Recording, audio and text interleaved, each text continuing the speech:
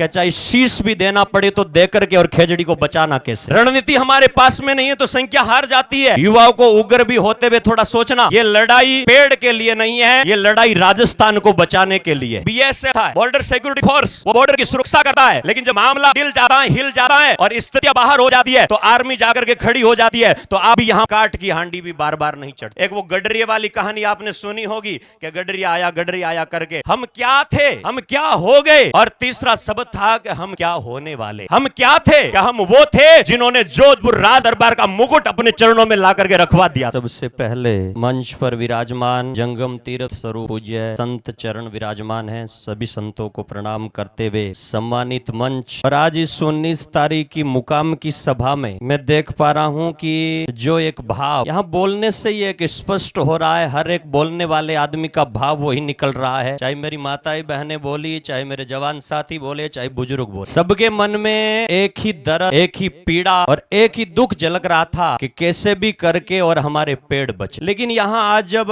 रणनीतिक पंचायत हो रही है और यहाँ खेजड़ी का कितना महत्व है, इस विषय को लेकर के कहने का समय नहीं बचा, क्योंकि समय बहुत आगे निकल चुका। और खेजड़ी का कितना महत्व है, कितनी कटी कैसे होगा, ये इन बातों को लेकर के अब बात करने का समय निकल चुका है। अब तो समय आया है कि चाहे शीश भी देना पड़े तो दे करके और खेजड़ी को बचाना कैसे। अब समय आया है कि वो 1730 में, सन 1730 में जोधपुर में खेजड़ली की उन जमीन पर एक माँ अमृता बहन ने नारा दे करके सिर साठे रूंक रहे तो भी सस्तो जान करके कह करके कूद पड़ी थी। वो समय आ गया कि हमें भी कुछ करना पड़े, हमें निकलना पड़ेगा। लेकिन ये रणनीतिक पंचायत है, इसलिए मैं कहना चाहूंगा कि हमारी रणनीति क्या, और कोई भी धरने, कोई भी आंदोलन, कोई भी मीटिंग तभी सफल हो पाती है जब उसकी रणनीति मजबूत हो। अगर रणनीति नहीं है तो संख्या नहीं जीतती है। रणनीति हमारे पास में नहीं है तो संख्या हार जाती है। और एक तरफ 100 लोग खड़े हो और एक तरफ 5 लोग भी खड़े हो, रणनीति अगर कृष्ण जैसा हो तो वो जीत जाते हैं, 5 और 100 हार जाते। इसलिए संख्या भी ज्यादा मायने नहीं। और आज जो ये संख्या दिख रही है, अभी एक युवा साथी का आह्वान आया था, आज जो संख्या दिख रही है, युवाओं को उग्र होने की जरूरत है। युवाओं को उग्र भी होते हुए थोड़ा सोचना, थोड़ा समझना और समझदारी के द्वारा हम आगे बढ़े कि हमारे लिए खेजड़ी क्या है। आज ये लड़ाई अगर राजस्थान सरकार सुने, उनके नुमाइंदे कोई सुने, कोई भी यहाँ मीटिंग में बैठा सुने, तो याद रखना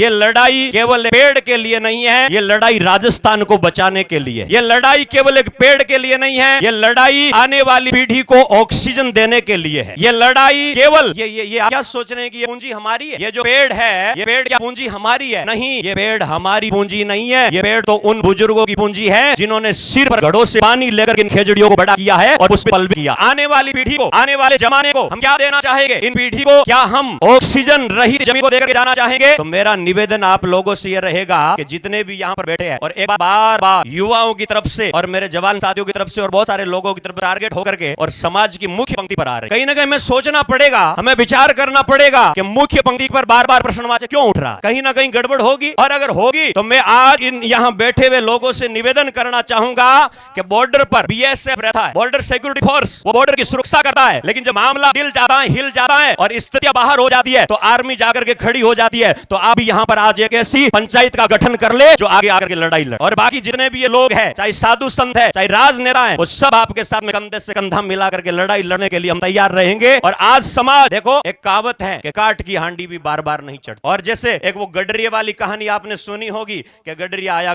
करके, और बार बार जनता का विश्वास कमजोर होता है। तो इसलिए जितने भी मेरे समाज के बुजुर्ग लोग बैठे हैं, साधु संत बैठे हैं, मेरे जवान साथी बैठे हैं, कोई बड़ी रणनीति बात लेकर के इस बात को केवल हंसाने के लिए, हंसने के लिए या मनोरंजन में लेकर के ना जाए। जरूर कई लोगों का भाव ये निकल रहा है, कोई हंसा रहा है, कोई कह रहा है, कोई चुटकुले कह रहा है, कोई कविता कह रहा है। हाँ, जरूर तुम्हारे हृदय के भाव निकल रहे होंगे, लेकिन मैं बैठी हुई जमात से निवेदन करना चाहूंगा कि ये हंसने का, हंसाने का या मनोरंजन में लेकर के और टालने का समय नहीं है। आज इस मुकाम की धरती पर बैठे हो तो एक मैथिली शरण गुप्त की पंक्तियां थी, कुछ याद करना उन पंक्तियों को, एक कविता थी, उन भाव मेरे भी आ गए, इसलिए कह रहा हूं। उन्होंने कहा हम क्या थे, शब्द सुनना, 3 शब्द है उन, हम क्या थे, हम क्या हो गए, और तीसरा शब्द था कि हम क्या होने वाले। हम क्या थे, अगर ये बिश्नोई समाज याद करे कि हम क्या थे, तो इस बिश्नोई समाज की ताकत को आज मैं जगाते हुए इतिहास के पन्नों को पलट करके कहना चाहूंगा कि हम वो थे जिन्होंने जोधपुर राज दरबार का मुकुट अपने चरणों में ला करके रखवा दिया। हम क्या थे, अगर इस बात को याद करे तो हम वो युवा हैं, और मातृशक्ति बैठी है, हमारा समाज वो है जिन्होंने अपने बेटे से भी ज्यादा इस खेजड़ी के पेड़ को समझ करके प्राणों का त्याग कर दिया था। हम क्या हो गए? अभी बार बार बातें आ रही हैं कि थोड़े रुपयों के लालच के लिए, लेकिन जो भी रहे होंगे, आज भी मैं कहना चाहूंगा कि आज भी सारा समाज के नहीं, कुछ 2-5% लोग रहे होंगे,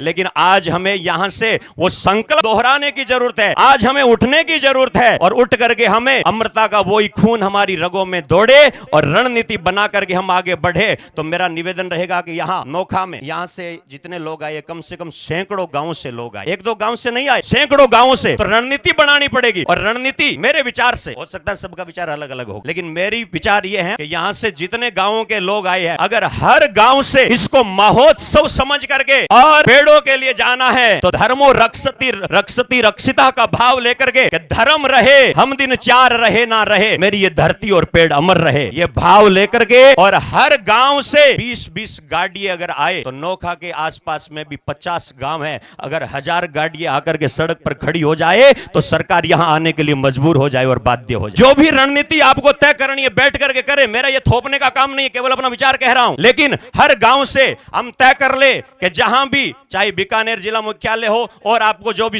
अच्छा लगे, उस जिला मुख्यालय पर रणनीति गांव-गांव कमेटी बना करके, रणनीति बना करके हम सब साथ में मिल करके। और दूसरा निवेदन ये रहेगा कि ये जो जितने भी हम पार्टियों में बढ़ते, ये काम इनका है, ये 5 लोगों का है, ये 10 लोगों का है, ये फलाने आदमी का है, ये तो नोखा दैया वाला धरनों वालों का, ये कानासर वालों का है, ये सब शब्द बंद करके, और हमारा धरना केवल एक शब्द पर केंद्रित हो जाना चाहिए कि पेड़ बचे और खेजड़ी बचे। इसको लेकर के, इस रणनीति को लेकर के हम आगे बढ़ेंगे तो सफल होंगे। और युवा, मेरे जवान साथी जितने खड़े हैं, हम जब साथ संकल्प लेकर के बढ़ेंगे, तो दुनिया की कोई ताकत नहीं, जिधर युवा चलता है, सारी जवानी जिधर चलती है, जमाना उधर चलता है, और सारी सरकारें झुकेगी, सब कुछ होगा। तो इसलिए दोनों हाथ की मुट्ठियां बंद करके और मेरे साथ में नारा लगा करके संकल्प की मुट्ठी भींचेंगे। हाथ बहुत खोल लिए, अब संकल्प की मुट्ठी भींचेंगे, और संकल्प की मुट्ठी भींच करके, और आज के बाद में हम संगठित, व्यवस्थित, और कलयुग में केवल संगठन जीतता है, इसलिए साथ में मिल करके चलेंगे। ऐसा भाव लेकर के दोनों हाथ की मुट्ठियां बंद करके संकल्प की मुट्ठी उठाएंगे। बोलो जंबेश्वर भगवान की, विष्णु भगवान की। एक बार मैं कहूंगा 363 शहीद, आप कहे अमर रहे, अमर रहे। दोनों हाथ की मुट्ठियां बंद करके ताकत से बोलेंगे, जोश से बोलेंगे, 363 शहीद, 363 शहीद, 363 शहीद। बहुत बहुत धन्यवाद।